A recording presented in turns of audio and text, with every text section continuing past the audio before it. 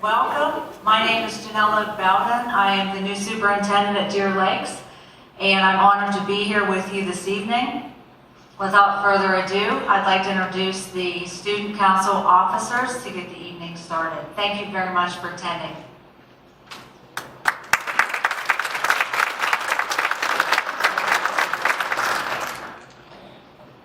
Once again, my name is Jonathan Merlo. I am the president of Deer Lakes High School Student Council. Next year, I will attend Kent State University in Ohio. I welcome you to the 4th Annual Deer Lakes Distinguished Alumni Awards Dinner and Induction Ceremony. Hello, I'm Emma Nowakowski, and I'm the Vice President of Deer Lakes High School Student Council. Next year, I will attend the University of Pittsburgh. The purpose of the Distinguished Alumni Award is to identify, recognize, celebrate, and honor those alumni who have distinguished themselves in academics, the arts, public service, through professional contributions or athletics at the collegial or professional level, and who, in doing so, have added to the pride and prestige of Deer Lake School District. Earlier this year, the district received nomination forms asking East Deer Fraser and West Deer residents to nominate graduates from the former East Deer Fraser and West Deer School District, who guaranteed at least a decade ago and whom they felt deserved to be recognized. I am proud to say that I was among one of the 8 judges, comprised of administrators, individuals from the community at large, board members, and students of the Deer Lake School District. The honorees were selected on the basis of outstanding contributions made in their chosen professions. Hello, I am the senior class treasurer, Destiny Napolitano, and next year I will be attending Purdue University in Indiana. This year's honorees have traveled to great lengths, often literally, to achieve their goals. They include an esteemed school district administrator, a trusted veterinarian, a devoted teacher and school board member, a war hero, an accomplished artist, and a public safety expert. One thing they all have in common, though, is they all began their academic, personal, and professional journeys right here in the Deer Lakes community. So please join me in congratulating all of them on receiving this prestigious honor. Thank you.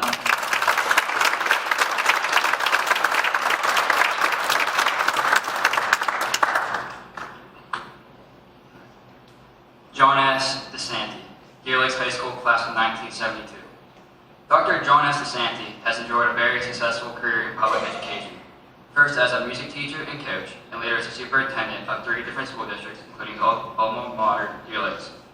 He currently heads Optimal Performance by Design, LLC, providing individuals and organizations with strategies to maximize their success. DiSanti excelled as a musician and graduated from Deer Lakes with high honors in 1972. It only seemed natural that he would marry his 2 strengths and pursue a career in music education. Upon graduating from Indiana University of Pennsylvania, DiSanti worked as a music instructor in West Middlesex, PA, before returning to Deer Lakes as an assistant principal. He was later named the district superintendent at 31 years old, making him one of the youngest administrators in the country to progress to that position. At Deer Lakes, DiSanti's achievements including the introduction of several progressive programs that are now standard practice across the state, including research-based experimental math and science programs, and cross-curricular writing.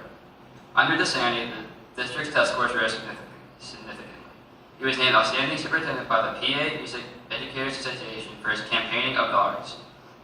DiSanti later moved to Derry Area School District in Hershey, PA, where he led one of his schools to the National Blue Ribbon School Distinction. He was named Outstanding Superintendent by the Council for Public Education for his illustrative leadership and positive impact on students, particularly those considered to be at risk. In 2005, DiSanti became the superintendent of West Allegheny School District. His career accomplishments culminated in 2013 when the University of Pittsburgh presented him with the Distinguished Educator Award. Diane Kirk, director of the Study Council, called DiSanti a visionary leader who represents the best of our profession and who has shaped education in our state and region. He is a person of great integrity, and his commitment to his profession, colleagues, community, and students is without equal. DiSanti lives in Imperial, PA with his wife Judy. They have 3 children, Jana, Justin, and Jerry. Ladies and gentlemen, John S. DiSanti.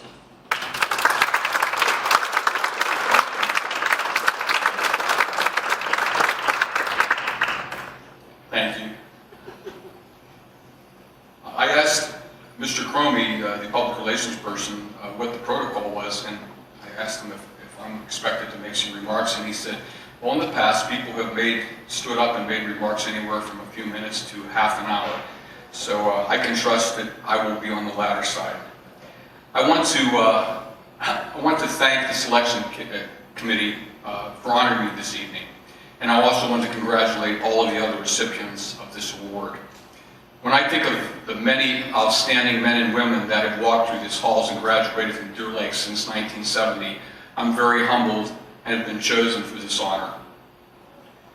I've always believed that any time that someone receives an award or an honor or recognition, that it's not so much about the personal accomplishments of that individual, but rather about the collective contributions of all those around him or her and the support of many people. And I will tell you that's what this is all about. You know, my journey started here many, many years ago in Curtisville Elementary School with people like Moner, Graff, DeMarco, Jaloski, Cox, wonderful people. And the journey continued with great teachers and mentors at the high school and at the middle school and counselors like Dan Angeloni and Jimmy Marcelli. Yes, my career was definitely inspired by the blue-collar people of this once mining town. They taught me that success will come if you have your priorities correct, that being faith, family, and vocation. Over my 38 years as an educator and 29 as a superintendent, I've had the privilege of working with some of the most remarkable, dedicated, selfless, child-centered people that you can ever imagine. Each in their own way did everything they could to make sure that every child succeeded. I will also have to tell you that I've also had to deal with some of the most difficult, mean-spirited, self-serving individuals that God put on this earth. But as the good books say, what doesn't kill you shall make you strong. And it has for me. Thankfully, there always have been more people who wanted to build dreams than crush them. And I also believe that one of the greatest contributions that any leader can make to an organization was to develop and nurture people throughout the organization so that someday when that person leaves and moves on, no one will notice. And I think I've been able to do that with the places that I've worked. You know, my journey as an educator did have its share of ups and downs, probably because I could never keep my mouth shut. I've chosen to speak out and rock the boat sometimes when I believe things weren't right, but it always seems like I've had a guardian angel on my shoulder. Tonight gives me an opportunity, and I'll be very brief, to just say thank you to some of those who shaped and helped me grow as a professional and person. I'm happy that so many of those people are here this evening that provided me with encouragement, direction, and unwavering support. I'm going to ask them to please stand and be recognized. First of all, I want to say thank you to a former board president at Deer Lakes, Vince McCurry, and his lovely wife, Jane. Vince, you were such a strong leader when Deer Lakes needed it the most, and I will never forget your support and friendship. I also see two of my other board members that I didn't know were coming, Kathy Wenzel and Ron Menno. They too were very supportive and worked on this board when things were very difficult, when money was short and a lot of tough decisions had to be made. And I can tell you that their support of what we were trying to do did make a positive difference here. My former assistant, Dr. Lynn Cicella. Lynn, no person has ever worked harder to make a positive difference in the lives of kids. And she just did that. She was wonderful. I also want to say that my right-hand person and secretary for many years, for 11 years when I was here, Mary Lita Bill. Mary was wonderful. She walked on water. She protected me from all of the problems. And Mary, I will never forget you, what a consummate professional you were and what a wonderful friend you were. I've also been very blessed, and I wrote some names here because I didn't realize people were Tom Gonzarski, my director of building and grounds, who was here at Deer Lakes, and Jimmy, it's good to see you here. Holsing, he was also a person, so thank you, gentlemen. It was a pleasure working with you. I've been blessed in my personal life as well, and I'd like to recognize members of my family that are here. My brother David and his son, David, my godson, a terrific educator in his own right who keeps that tradition alive, and I know no one has a better brother and nephew. My Uncle Leo and Aunt Barbara Merjaker are here. Thank you for being here, for all your support. To my mom, Eleanor, thanks, Mom, for being giving me unconditional love, and to you and Dad who made sacrifices so that David and I could have opportunities that you never had. I'll never forget that. And for being shining roles of Christian living. Unfortunately, 2 of my 3 children could not be here tonight. Jana lives in Oregon, and my other son, Justin, is a graduate student at Miami of Ohio. My baby, Jared, is here. He is a senior next year at the University of Pitt. I'm proud of all of them. They brought nothing but joy into my life. And finally, to my beautiful brothers, 3 times in my career, I had to pick up and move because it was the right thing to do. And she did not say anything but be nothing but supportive, and I'll always remember for that. She always put me and the kids first, and I could not have found a better partner to share with in life. I want to close by saying that I truly believe that being an educator is a spiritual calling. And Pope Francis once said that we must protect and embrace the whole of humanity, the poorest, the weakest, and the least important. Consistent with that message, there's never been a time in the history of public education when advocacy for children has been more important. To me, being an educator is truly a calling. Educators have been chosen to be the voices of children. We all have the responsibility to speak out when policy and lawmakers render decisions that hurt kids, particularly those who are considered to be the weakest or least important. And that's what we're called to do. It takes courage, and we will pay a price for our advocacy, but in the end, we'll know that what we did was right. And as my dad, Sam, would tell us each time he would take us camping, we should always think about leaving the campsite better than we found it. We need to remember that we all have a responsibility to make this world a better place for future generations. Thank you, and God bless.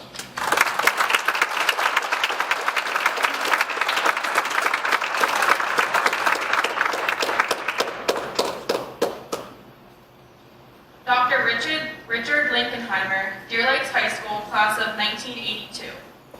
Dr. Linkenheimer's educational and professional career was an indirect one, and is testament to his perseverance and his passion for learning. Prior to becoming one of the area's most trusted veterinarians, Linkenheimer worked in the swimming pool industry and as a teacher. He spent time in Ohio, Kentucky, and Mississippi, earning various degrees along the way. His career path also led him overseas to such exotic locales such as Dublin, Ireland, and St. Kitts, West Indies, all in pursuit of realizing his dream, which he eventually attained through his unwavering persistence and the remarkable support and patience of his family. A self-described average student in high school, Linkenheimer always dreamed of becoming a veterinarian. He began his post-secondary academic career at Edinburgh State College.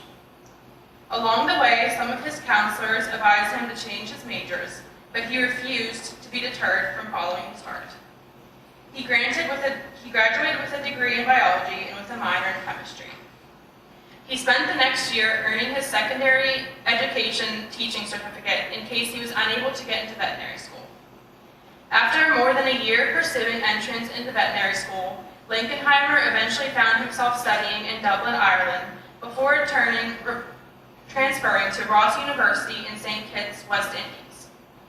Linkenheimer received that school's Academic Achievement Award and was named to its dean's list every semester he was in that program. Linkenheimer also worked alongside some of his professors as a teaching assistant, and he tutored many of his classmates. He credits his time as a teaching assistant and tutor for helping him become a better student. Linkenheimer completed his studies at Mississippi State University, where he received his class's highest honor surgical award. Linkenheimer spent his past 20 years providing health care to the pets of local families and is the owner and operator of River Valley Veterinary Hospital in Springdale, PA. He resides in West Deer, PA, with his wife, Kim, their daughter, Paige, and their son, Colin. Ladies and gentlemen, I give you Dr. Linkenheimer.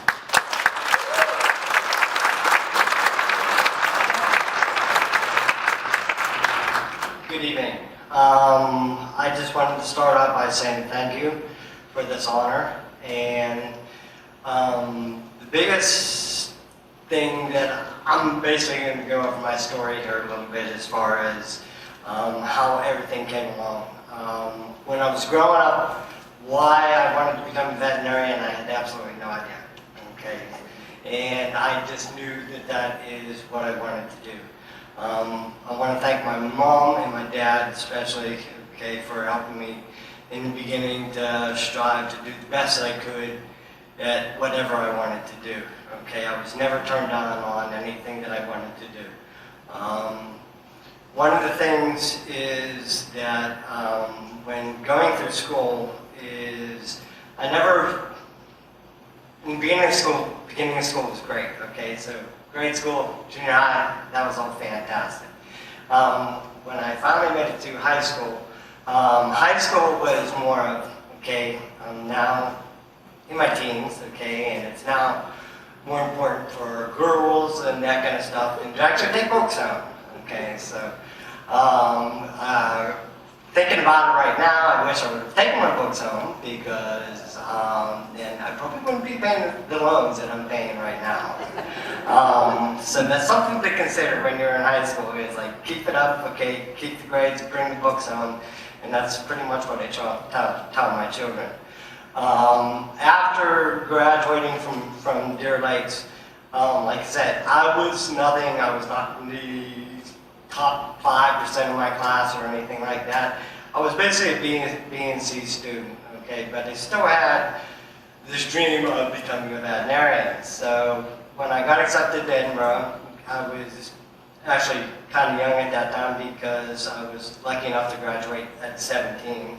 So I started college basically at 18 years of age.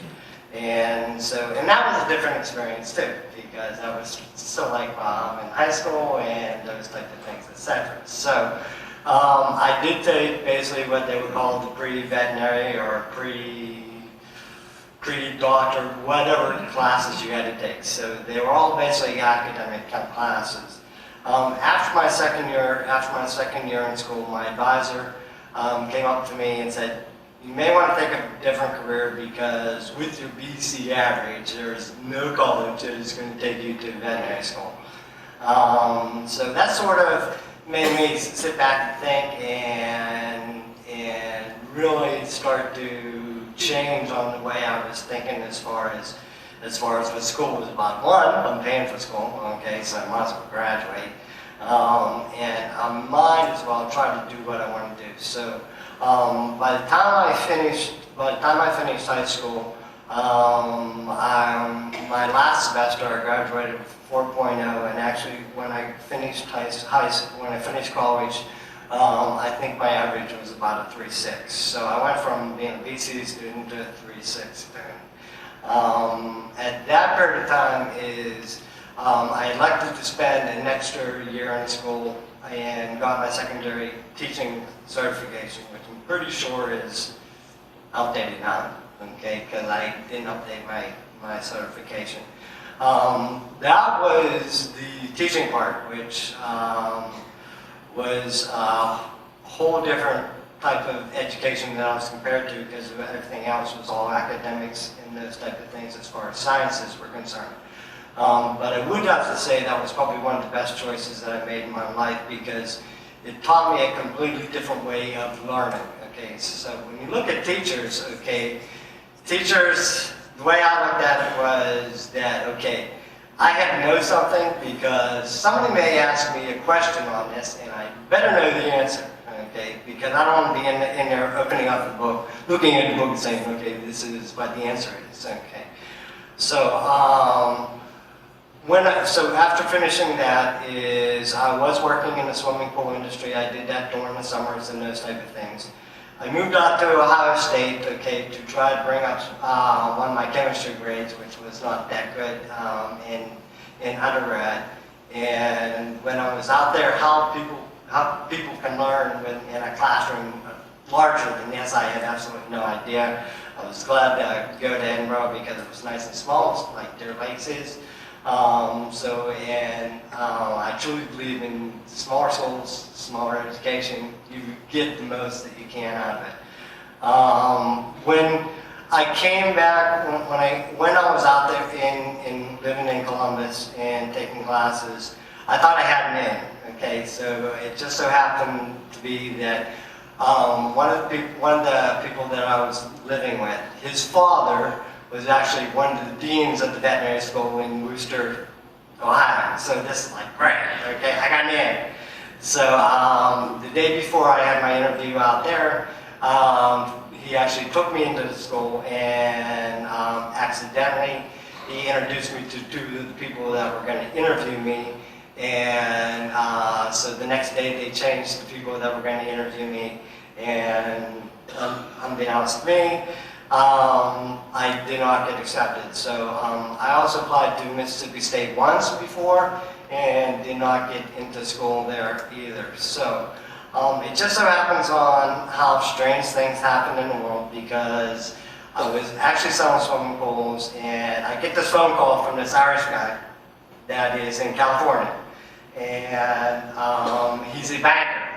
And he was on a hunt, or somebody was paying him to try to find American students to go to school in Europe. Okay, and the two places were Ireland, Dublin, Ireland, and Glasgow, Scotland.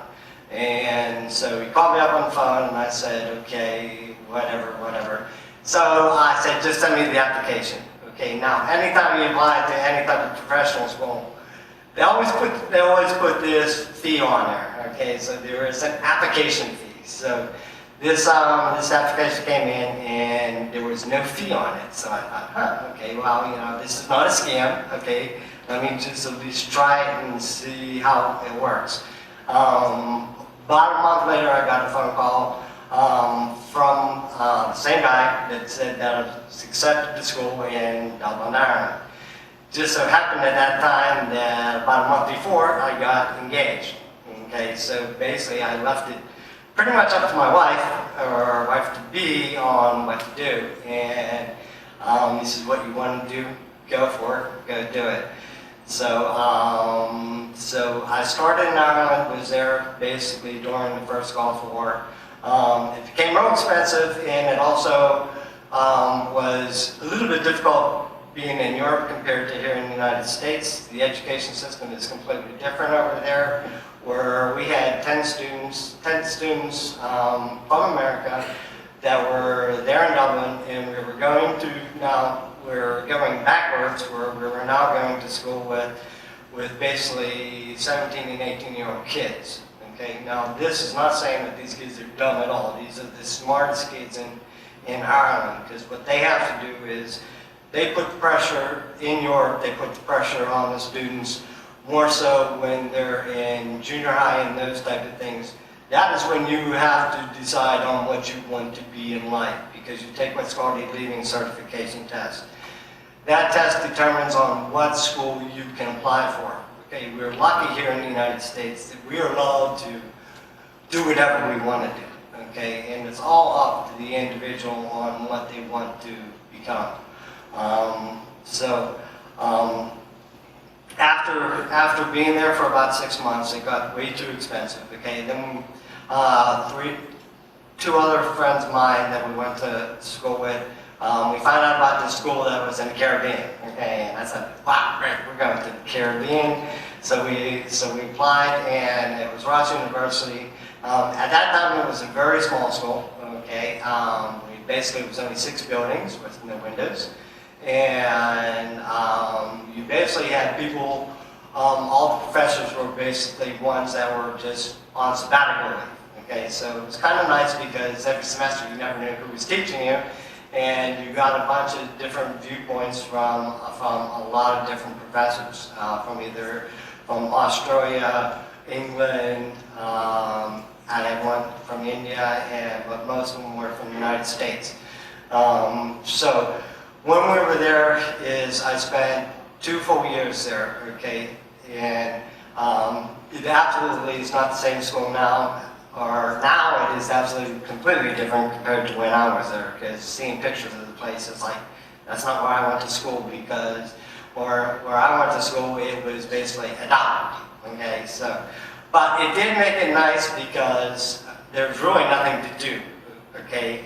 It sounds real sweet about being in the Caribbean. It's like, okay, you're living a glorious lifestyle, going to school and those type of things, etc. But in St. Kitts is basically, if you wanted to take a long trip, You would drive around the island, you'd be back 45 minutes later, back to where you started. As far as any type of going septic and anything or anything like that, when it rained, you had guts, and there was chickens running along the road and everything like that. So when I was there, it was very third world. Okay, but I made the best of the opportunity that I could there, because it was like the gentleman that owned the school, it is the only truly private veterinary school basically in the world. And so he's a very smart businessman. He gives people the opportunity to try to live out their dreams. If you fail, he can care less. He just made money off it. Okay, so I was there for 2 full years. Okay, and the school year there is a little bit different from here, where the school year is you basically go a semester, you have 2 weeks off, and then you go back to school again. So you're there basically for 2 full years, year round. Okay, so now this makes it kind of nice, because as they always say, like the first 2 years of marriage are really, really hard. But it was really kind of simple, because I saw my wife like 3 times a year, and I was like, okay, hi, how are you?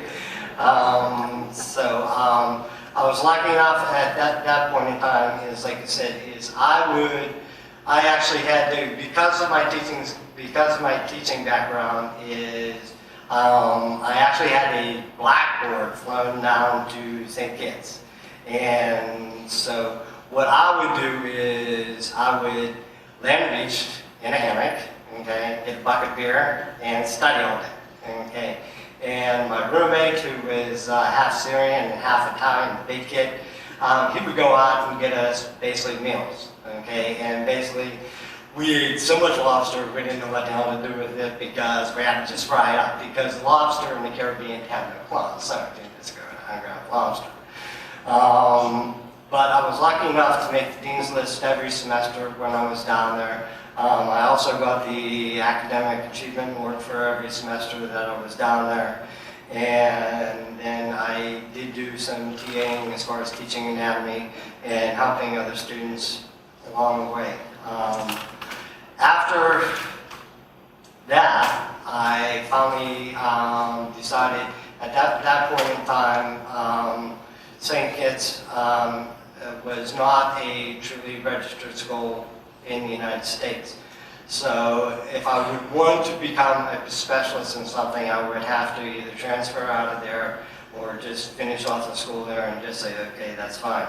So once again, I found myself back in Mississippi, okay, and this time they finally accepted me.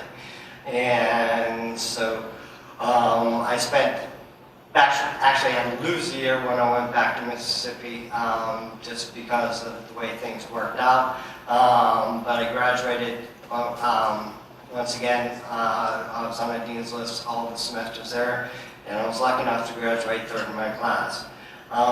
After pursuing that is, I elected to try to pursue a specialty. So in order to do a specialty, you have to do what's known as an internship. So that's basically working for nothing, 24 hours a day. So I did my internship in Louisville, Kentucky. So luckily, okay, I'm one of the few students, okay, that got to see the world while I was going to school. Okay, since that time, okay, I haven't been anywhere really. So I did all my traveling when I was younger. Getting back to where we were as far as that was concerned is, after leaving there, okay, I applied for a residency and did not get in. And I remember my wife's father asked me, okay, before he died and he had ALS, he would always ask me, when am I ever going to get out of school and get a real job? Okay, so finally we had to move home, and it's like, okay, what am I going to do now? And it's like, okay, I'm not pursuing school anymore, and so I did emergency for 5 years, and then after doing that for 5 years, my wife and I opened up River Valley Veterinary Hospital in Chesapeake, and since that time we have now outgrown that place, and we have now moved to Springdale. I do want to say a couple of thank yous I hate bragging about myself, okay, I don't like doing this, And I told my girls that I would definitely try to keep it under an hour, okay? Because typically I have a clock on me that tells me 20 minutes are up, get the hell out of the room. I want to thank all my staff for coming here today, okay, which I was really shocked to see, and I thank them all for being here, okay, they helped me out tremendously. And probably I'm lucky enough to have what I would say probably two sets of parents. I have my original parents and I have my adopted parents. My adopted parents are basically Mr. and Mrs. Miller. Mrs. Miller was one that nominated me last year for this award. This was a time way back when, okay, way back when you could trust people. Okay, so basically they were a young couple, they just got out of school, and my sister and I and another girl, we were practice for kids, for them to see if they were going to have kids later in life. So I guess we passed because now they have kids and grandkids all run around the place. And I just wanted to thank them, and I do remember the blue pop, okay, the last blue pop was the wrong blue pop, and making our popsicle stand lamps that we used to do all the time when we were over there. Okay.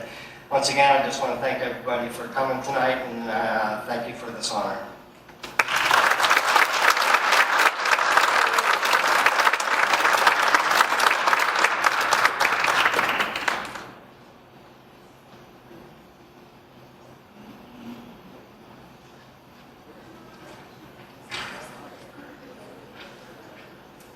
Miss Clara Salvi, Deer Lakes High School, class of 1970.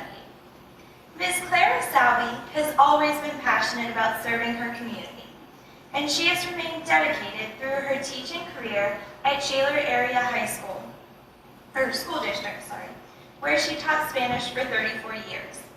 Among her many career awards and highlights came in 1990, when she was the first high school teacher to be honored with the American Association of Women's Educator of the Year Award. She was also twice nominated for the Pennsylvania Teacher of the Year Award. The elder of two daughters born to Italian immigrants, Luigi and Catherine Salvi, Clara was a member of Deer Lakes' first ever graduating class in 1970, earning highest honors. A dedicated student, Salvi was named to several prestigious organizations at Indiana University of Pennsylvania, including the National Honor Society in Education and the National Collegiate Spanish Honor Society. She graduated cum laude from IUP after just 3.5 years as an undergraduate student. In 1974, Salvi was hired by the Shaler Area School District, where she taught Spanish until 2008. At Shaler, Salvi also held a variety of key positions, including department chairperson, mentor teacher, student council sponsor, and she was on the organizing committee that helped Shaler Area Middle School earn the prestigious National Blue Ribbon School distinction in 1996. Salvi was also a fixture at Shaler activities and a committed fundraiser for the school. In 1995, she helped spearhead the Read for Roberto campaign that raised $16,000 towards the iconic Roberto Clemente statue that now sits outside of PNC Park. In 1994, KDKA-TV, Westinghouse, and Giant Eagle honored Salvi, earning $20,000 of educational supplies for her school. Since retiring, the Russellton resident has stayed extremely busy, volunteering as a Spanish teacher for a local nursery school and as a supervisor of student teachers at Duquesne University. She has also devoted her time in various capacities at Transfiguration Church for more than 20 years and is also in her second term as a member of the Deer Lakes Board of School Directors. Ladies and gentlemen, Miss Clara Salvi.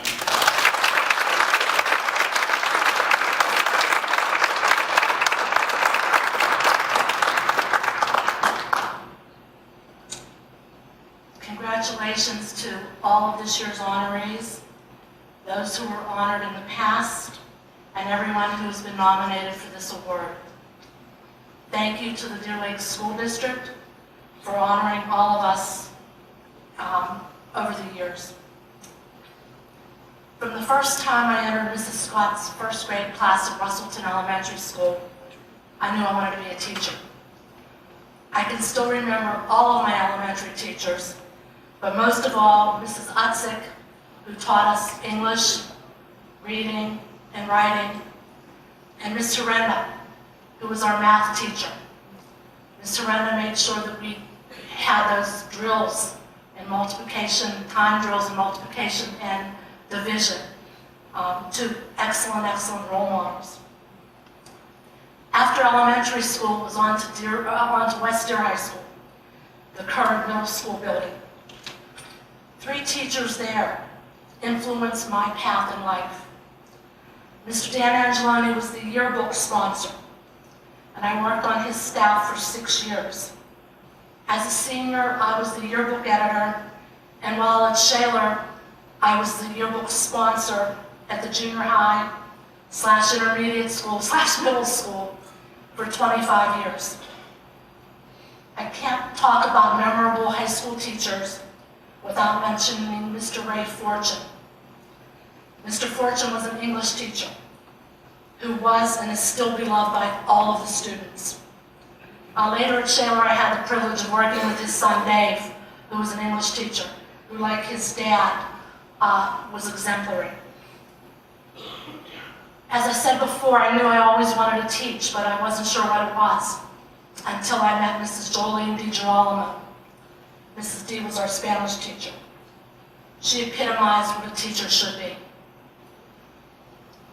In the fall of my senior year at high school, I was no longer a student at West Deer, but suddenly East Deer Fraser kids came to our building, and yes, I was a member of the first graduating class of Deer Lakes. Upon graduation, I went to IUP. We called it Indiana back then. Again, I always knew that I wanted to teach.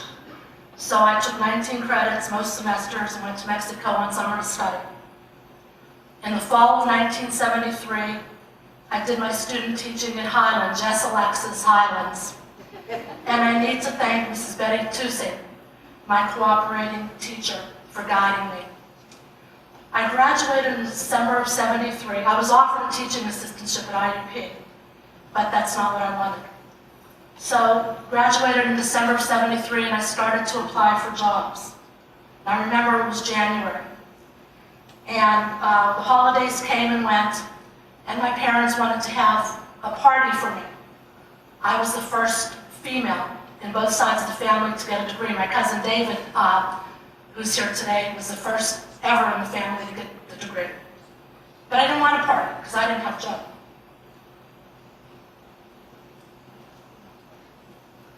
Well, my parents planned a party anyway.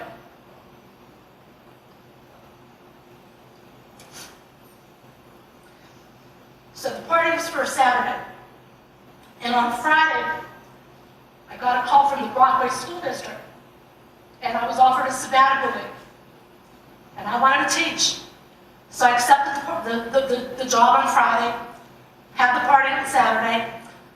My mother and I went to Broadway on Monday to look for a place for me to stay. I moved on Tuesday, and I started on Wednesday.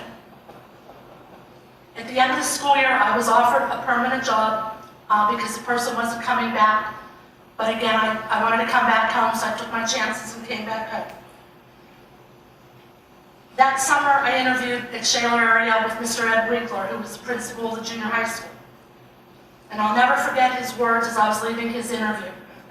He said to me, "Young lady, if you were selling sweepers, I would own a new Hoover."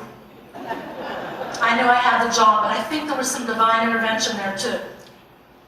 Because I think the Blessed Mother was looking over me because I was hired on August the 15th at Shaler.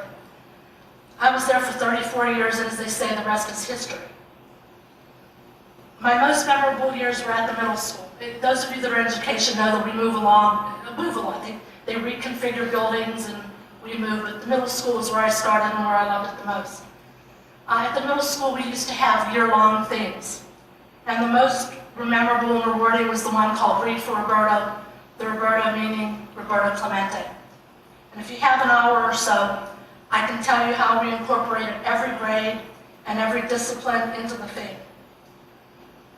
The idea was to have students increase reading books by asking parents and family and friends to pledge money for the books that they read. The money raised was then sent to the Pirates for the Clemente Statue Fund. I'll tell you that the Clemente family came to school. The students got to meet Mrs. Clemente and two of her sons. Pirates that were playing at that time, like Andy Van Slyke, came to school and met the kids. Past Pirates like Nellie Groves and Steve Glass came to the school. The sculptor, Susan Wagner, came to the school, and the kids got to experience all of this. It culminated with us going to the All-Star festivities when the statue was unveiled, and our band and our chorus performed La Borinqueña, which is the Puerto Rican national anthem. Everyone that went to Shaler at that time, grades 6 through 8, can still go down to PNC Park to see the statue and say, you know what, I contributed to that. I need to thank the students, the parents, the teachers, the administrators, and the support staff at Shaler.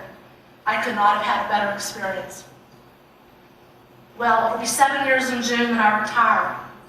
I didn't know what I was going to do, but the Holy Spirit had plans for me. My life has been filled with activities. That summer, my sister and my niece and I went up to the community days, and I passed back by the Deer Lakes Nursery School booth, where my niece and nephew both went to school. And I met Teresa Williams, and I asked her if she ever accepted volunteers. I thought I would be cutting things out and reading to the kids. And when I told her I was a retired Spanish teacher, if any of you know Mrs. Williams from the nursery school, she has these big brown eyes. And these big brown eyes opened up. And she said, would you like to teach our children? I said, I'll try. My biggest challenge was I was going from 14-year-olds to 4-year-olds who couldn't read. So I accepted the position, and I've been volunteering there now. It's going to be 7 years. I still teach the kids numbers, colors, and songs, and I have a smile on my face every day when I come home. I've met people who otherwise would have never gotten to know, and I appreciate their friendship. I've always been involved with my church. I started teaching CCD when I was in high school. And after retirement, I've been part of several parish organizations, councils, and ministries. As I told you, Holy Spirit had a plan. I thank you to our pastor, Father Jim Holland, all the parishioners. They keep me grounded in my faith, and again, I'm blessed to have such wonderful people in my life. There's something else that keeps me busy too. For the past 6 years, I've been a Deer Lakes School Board Director. And again, I've made some wonderful friendships. People that I might never have gotten to know. And thank you for that. I used to say I was lucky because I always knew what I wanted to do. But lately I realized it wasn't luck. God has blessed me with so many gifts. My family, my education, my church, my friends. My family is, wondering when I'm going to break out in tears, and it's coming. Stay close. Probably a little bit before, but it's going to. I'm going to try to get through this. Destiny, don't go away, honey, because you may have to come up here and read this, okay? I want to thank everyone that's here this evening to support me. Friends from church, friends from nursery school, friends from the community, but most especially my family, my sister Rose, my brother-in-law Bill, my nieces Billy, Susie, Eric, and Alexis. Eric just came in. They tell me he got here late, but he's here. My cousins Carrie and David, and their spouses Gloria and Eric, and my Aunt Ida and my Uncle John. I love all you guys. Most especially, I need to thank my mother and dad.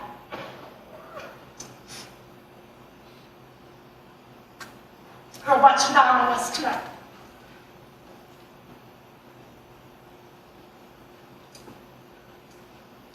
They were both Italian immigrants who came to this country with nothing except love and a good work ethic.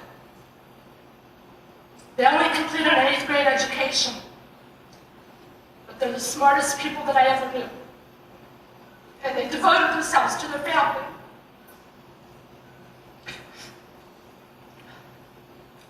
My paternal grandfather died when my dad was 10 years old, leaving 5 little kids.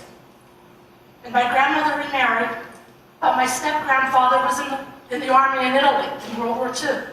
And he was captured by the Brits, and he was sent back to England and was a prisoner of war.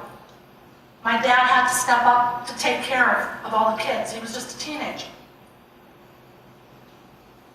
My maternal grandfather came to this country to find work, leaving behind my grandmother, who was pregnant with my mother. She was in Italy for 6 years with 3 little kids, and he would send her money all the time until he was able to save enough money to bring them to this country. Like my sister and I, my mother attended Russellton Elementary School, but at the end of 8th grade, she wasn't allowed to go to high school. Back in the day, West Deer didn't have a high school, so she would have had to have gone to Springdale, and my grandfather would have had to pay tuition. And those of you that are, a little older know that back then, they just didn't have the money. And back then, he didn't feel the girls needed an education. So, at the age of 14, she had to go to work. I know they're both looking down on us tonight. And my dad is shaking his head. And he's saying, unbelievable. Unbelievable. Thank you.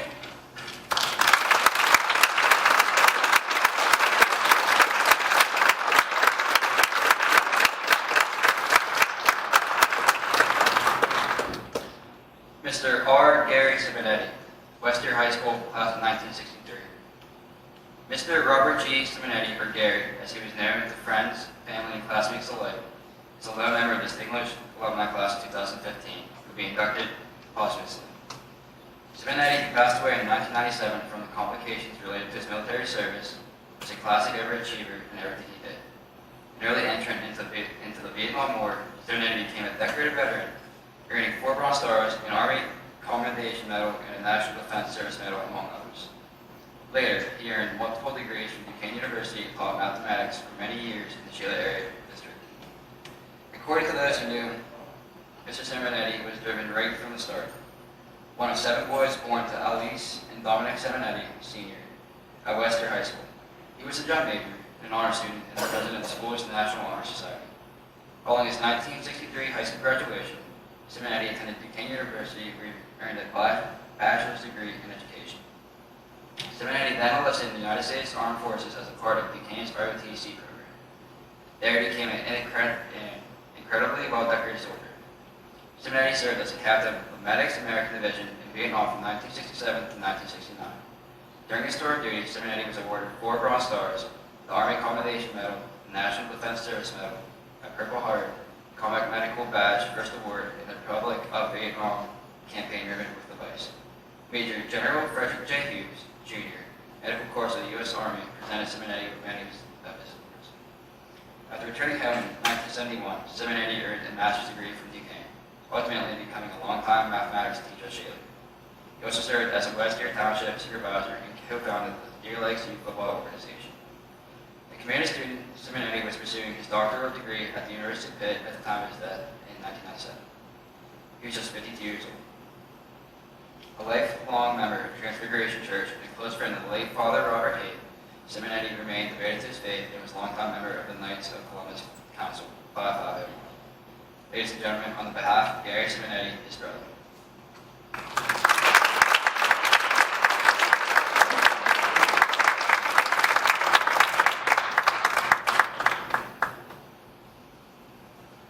Good evening, everybody. I'd like to congratulate all of those of you who've been responsible for this event, especially Mr. James T. Crowley, Public Relations Specialist, for his expertise. I'd like to congratulate my brother Dominic for his admirable confidence for submitting his nomination for our brother Gary. And the National Personnel Records Center for Gary's military records, which are all been confirmed by what you've already heard First of all, I'd like to congratulate all the recipients that were honored for this year by the Distinguished Selection Committee. Congratulations again. A lot of this, what I say tonight, is going to sound repetitious because he just did a pretty good job of covering just about what I was going to cover. But I might add a few words more. The family of Robert Gary Simonetti would like to thank the Distinguished Selection Committee for selecting Robert Gary for the honor as one of the recipients for this award. I will refer to his name as Gary because our family called him as Gary, and the reason is unknown, except that maybe it was a shorter name. He was born in September 45 and deceased in June 17, 1997, at the age of 52. He was a disabled veteran, a member of the Disabled Veterans of Foreign Wars. He was one of the 7 sons of Mother Ellis and Father Dominic Simonetti. During the span of 52 years, his accomplishments were something for us as a family was appreciated.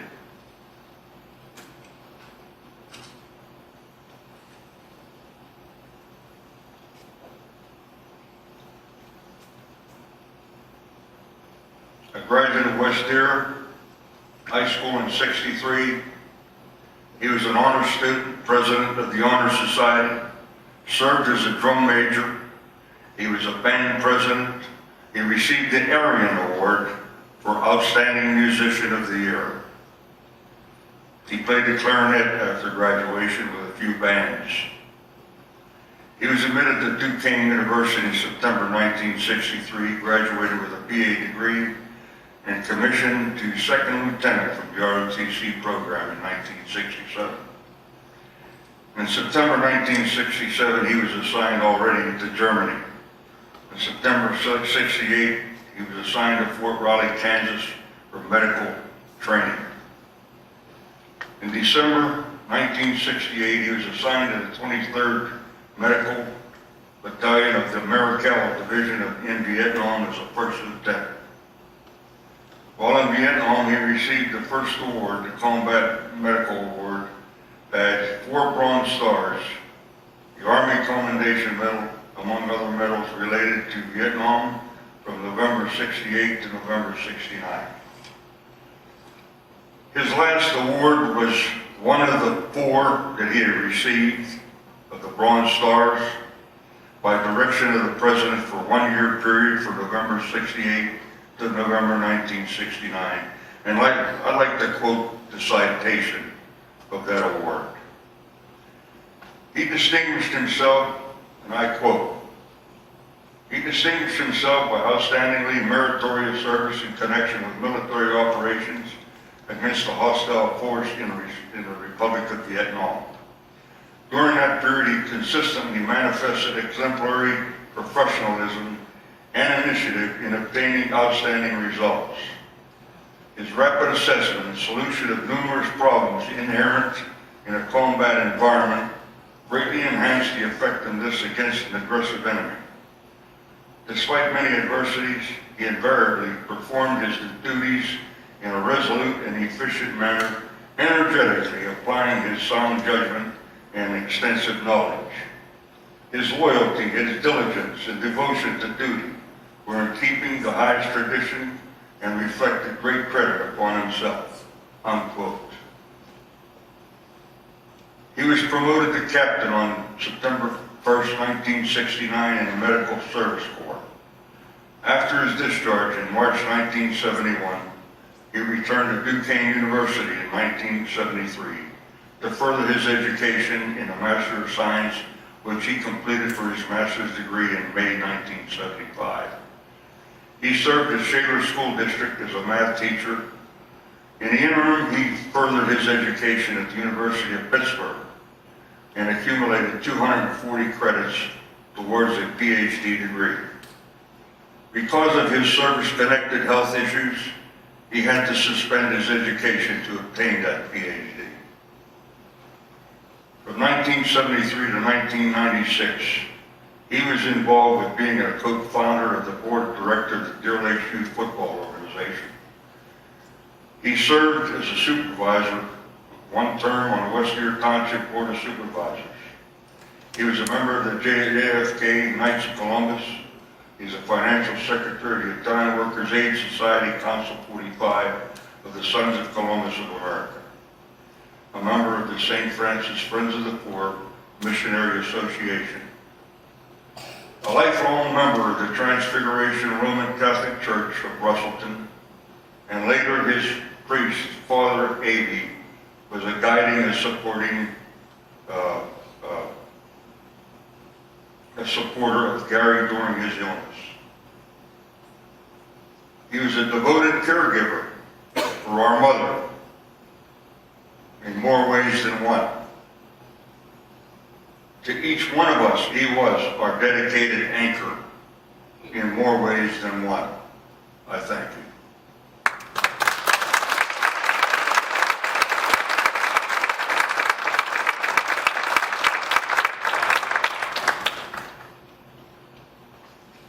I would like to take a minute to honor two previous honorees, Dan Angeloni, West Deer, 1948, and Lucille Braun, West Deer, 1959.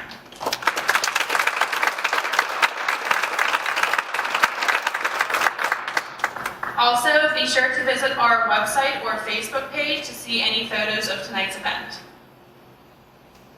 Mr. Joseph S. Venus, East Deer Fraser High School, class of 1954.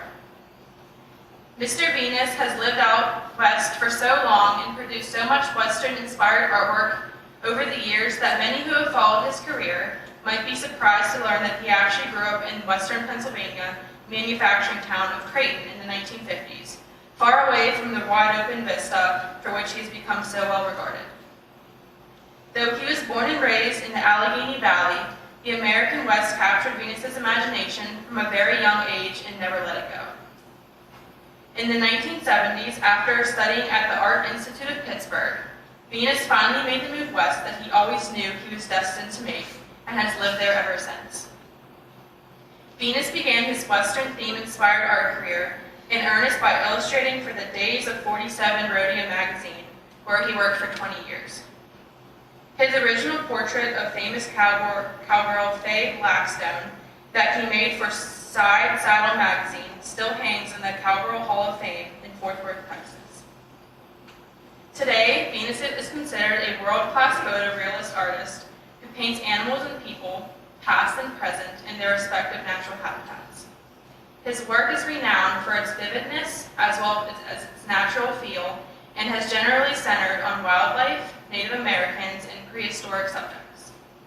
Venus's art is prominent in museums and private collections around the world, including the College of Eastern Utah Prehistoric Museum, the Museum of the San Rafael Castle, and the John Wesley Powell River History Museum, where Venus also serves as an art gallery director. More recently, Venus's painting, Clovis Mammoth Hunter, was used in the book Alive and is featured at the Natural History Museum of London, England. Among Venus's most noteworthy achievements was being selected by the organizers of the 1998 Winter Olympics in Nango, Japan, as one of the 3 American artists to provide authentic representations of American West land cauldron history. Ladies and gentlemen, I give to you Mr. Venus.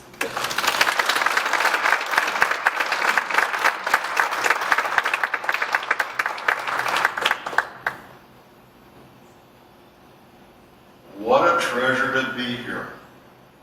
This is my life. This is my home. I was born here, and I've had the opportunity to have an education here. But most important thing, the support I had from the people that live here. This is you. You make it work. This is what you have here. Be proud of this place. Just sitting here in this magnificent auditorium, when I get back home to the mountains of Utah, I can look back at this and just, I can tell people back home, people I talk to, I have visited. This is a treasure to the East. It's here. This is your place. Look what you developed. This magnificent arena here. This is just, it is a jewel. It's really the jewel of the East, and it's here. I've had the opportunity to get an education here. I worked at Jerome Motor Company, working on cars, but I had the tremendous support of Frank Jerome and Stato Little to encourage me to get an education. I did. I pursued that, and they patiently followed me and helped me do that. And the thing is, I have an opportunity to work for an architectural firm in Pittsburgh to develop my skills in art and technical illustration.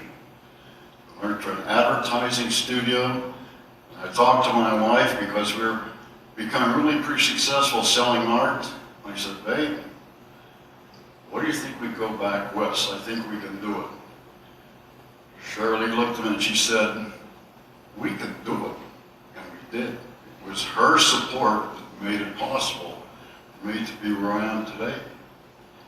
And the thing is, we did move from Pennsylvania. We moved to Salt Lake City, then to the base of the mountains where I live now, at the beautiful Wasatch Mountain Range. That was what was my desire in my heart, and the support from my wife. We came out, we went to Utah. I could feel the animals, I could feel the people, and I was so concerned about the culture of the people. Especially if you're going to whether at the Nez Perce Indian Reservation in Idaho, the beautiful area of the Navajo on the Navajo Desert. The desert is a marvelous place. The people they're real, and they live under really difficult conditions. One day in particular, when my wife and I were visiting with friends on the reservation, really dry, hot area, it was a fine couple we've known over decades. We pulled into their hogan that they lived in for years, and we pulled up to their driveway, and my friend Mayo said, my friend Joe, come in, we've got some good cold water for you. What more could you expect out of life? And the people, when you have the opportunity to paint them, you can see the eyes. Eyes are so important. You can see their eyes, the willingness to be your friend, and the facial expressions they have. The elderly people that live on the desert under really difficult conditions.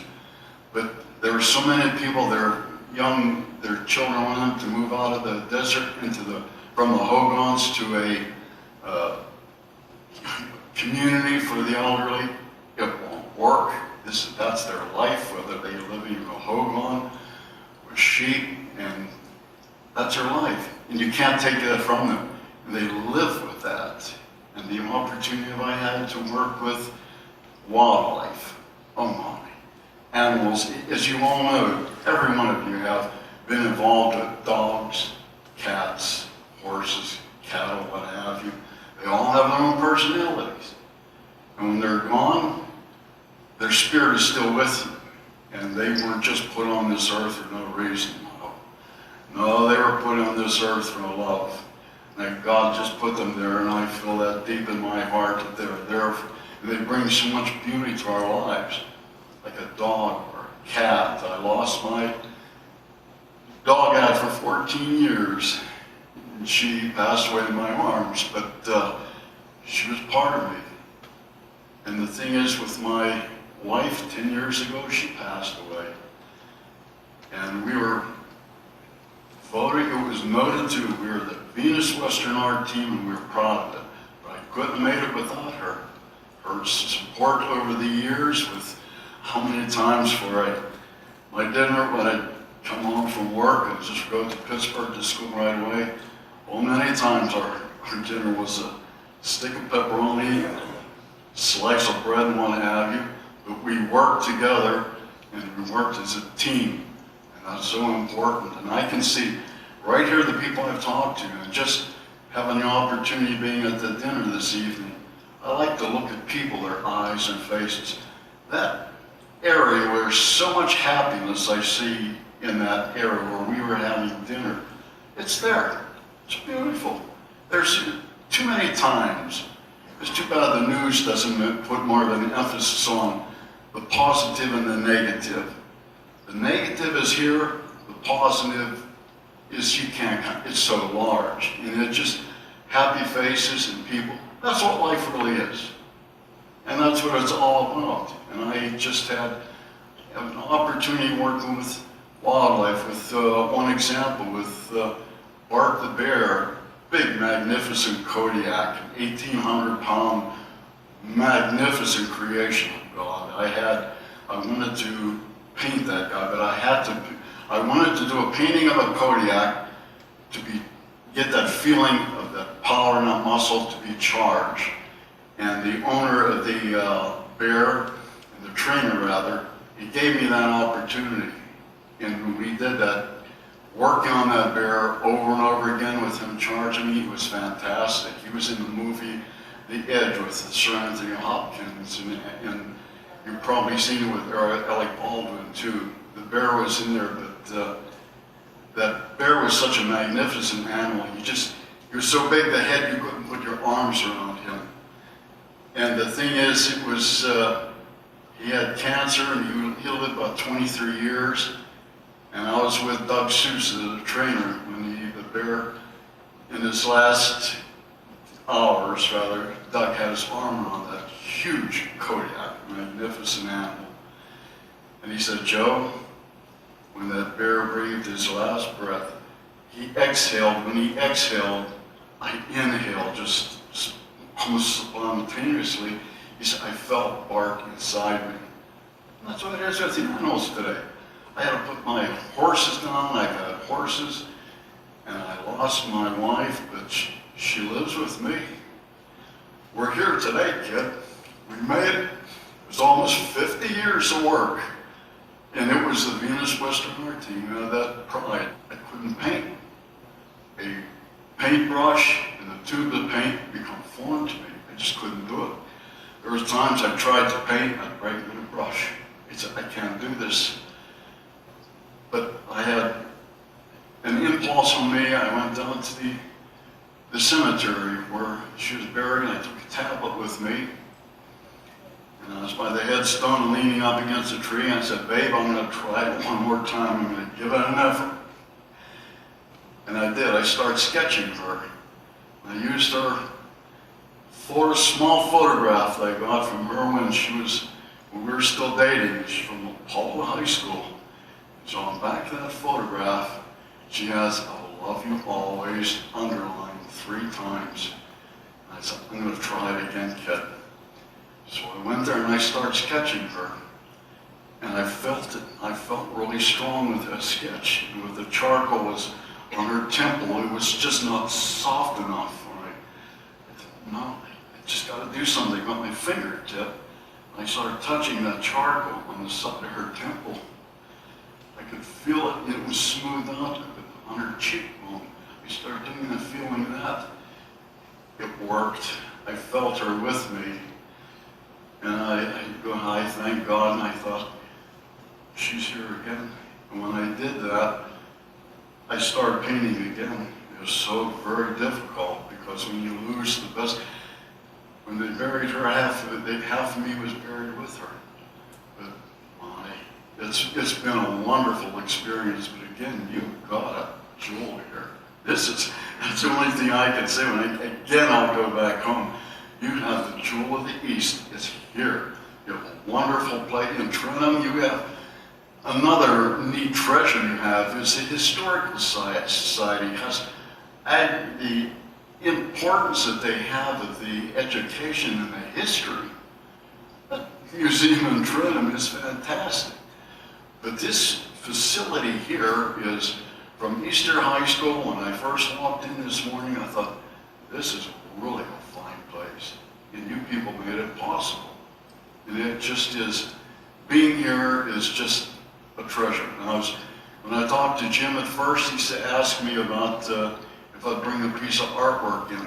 I don't know. I'm going to bring the West back to the East. And the best way to do that, I've got about 14 pieces I like, and I'm going to bring them back and I'll give it to you. The one piece I have in particular is treasure to my heart is the broken oars. That is the last piece that my wife helped me do, the painting do. As the General Power ran the canyon in a horse, and down the canyon in a boat rather, and it was a special thing because I needed Shirley's support. I said, babe, we're going to do something different on this. I said, we're going to get the impact of the guys running the canyon, but you can't fake the facial expressions. I said, I need you to throw a bucket of water in each one of those guys' faces. And she did, and she hit them, and that was it, and it worked well. And that was a piece that's my last original painting I did with my wife, and it's here. And I think it belongs here with you.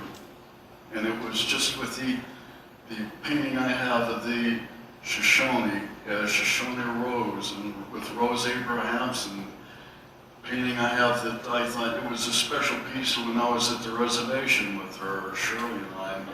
We did that painting of her, and it was, these are some of the best pieces I've had. It should be here, because this is my home. This is, I like the verse that John Denver said has, bring me back home. It's here, this is home, and it is good to be back home again.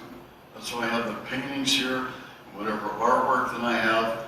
And again, I've told so many people, look at my website. If there's something else you like, you want me to bring in extra, I'll be more than happy to do that. Because this is my life, and to me, this is a treasure that I have mentally coming back here. I carry a penny in my pocket. That penny, you can't take it with you. You can't. But the thing is, you can have the memories, you have good memories that you have throughout your life. You can take that with you, and it always will be with you. And one thing, there's one gentleman, there was a Sean. He was a medicine man. He's from the Navajo Nation. And when I lost my wife, he said, Joe, my brother, you are now an eagle with a broken wing. But he says, you came from Mother Earth, you're going to go back to Mother Earth. You will then meet with your wife, and the spirit, you and your spirits will go together to fly like eagles. You will go to Father Sky. He said, when you then go to Father Sky, then you and your wife will be able to walk through all eternity along the river of stars. He said, and it will work. So, thank you again. What a privilege I had to come here. And whatever else I can do to support you, I'm in the twilight of my life. But whatever I can do, the time I have left, call, ask, and you shall receive. Thank you very much, and I appreciate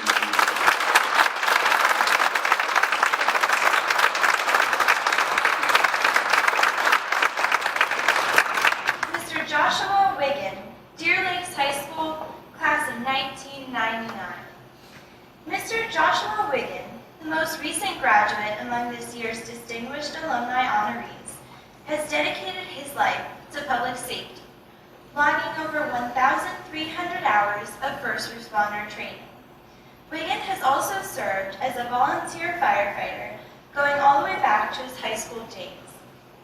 In 2008, he was elected Chief of the West Deer Township Volunteer Fire Company No. 3.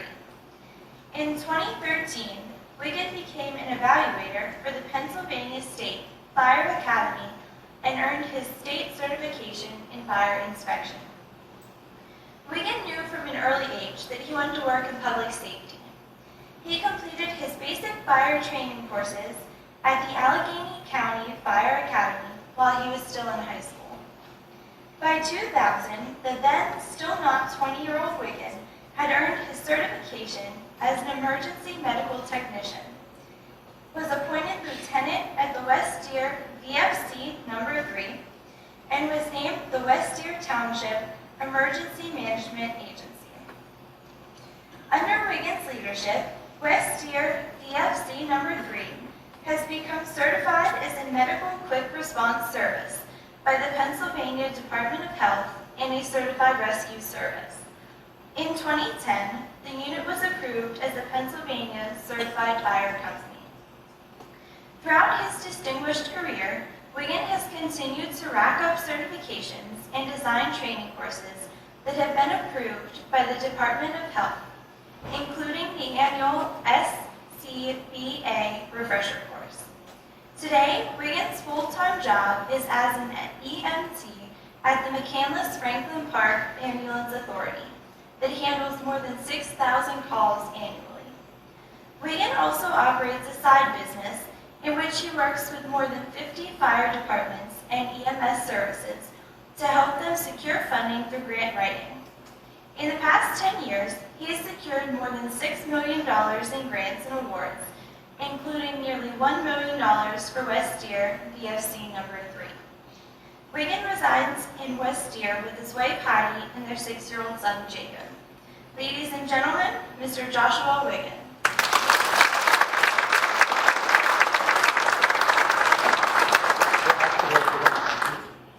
This is the little chief, he's my assistant. He goes everywhere I do. I'd like to congratulate the other recipients tonight. This is a tremendous honor and very unexpected. Usually as the fire chief, I'm the one giving out the awards. I would like to thank the committee for selecting me. It means a lot to me. I'm proud to be a part of the Deer Lakes history. I would also like to thank the man who nominated me, Dan Makuta. Dan and his wife, Kathy, also deserve to be recognized for the tremendous amount of community service that they provide to Deer Lake School District and West Deer Township. Every time I see Dan, he always has a camera with him, but he never gets my good side.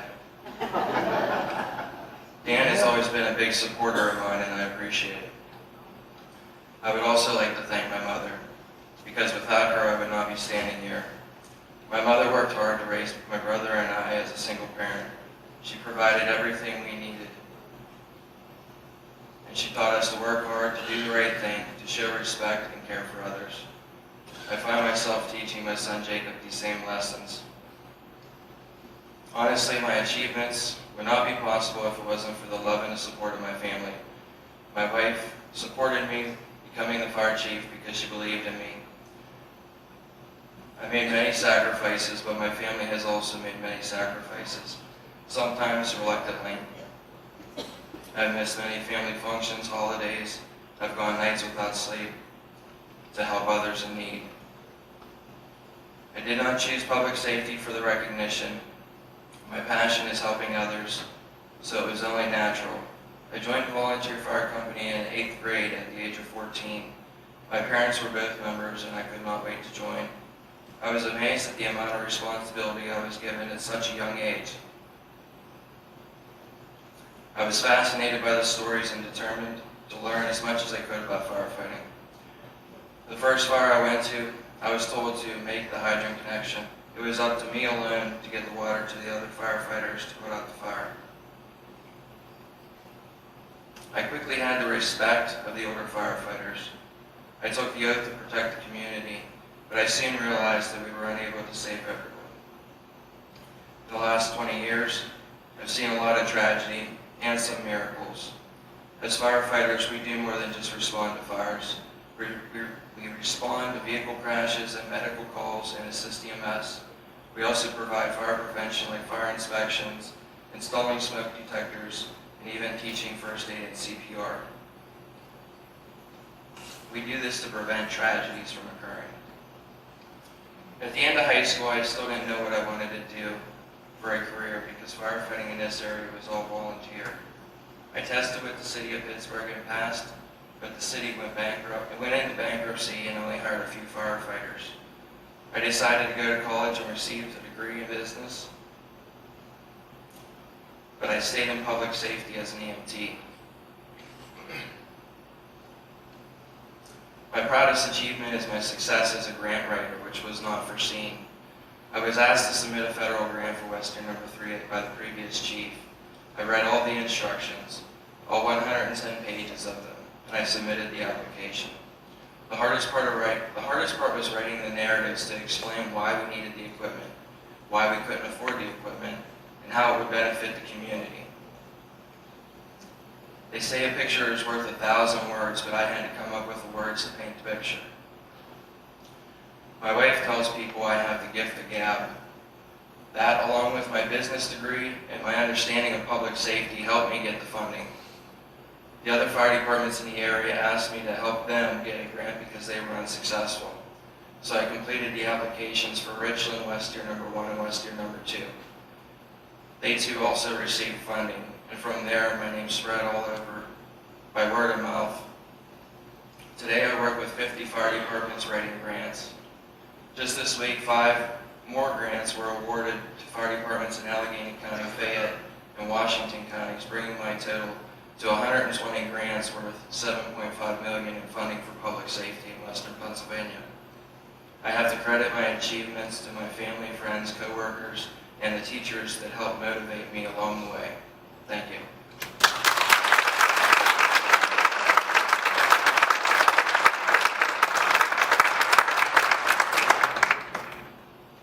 Congratulations to all the honorees tonight. If you could please make your way down to the main stage for a group picture. There are also a few personal belongings still in the cafeteria if you left anything in there. You can also grab a centerpiece from the cafeteria if you would like one. And I encourage you to check out Mr. Venus's artwork set up in the hallway if you haven't already. Thank you.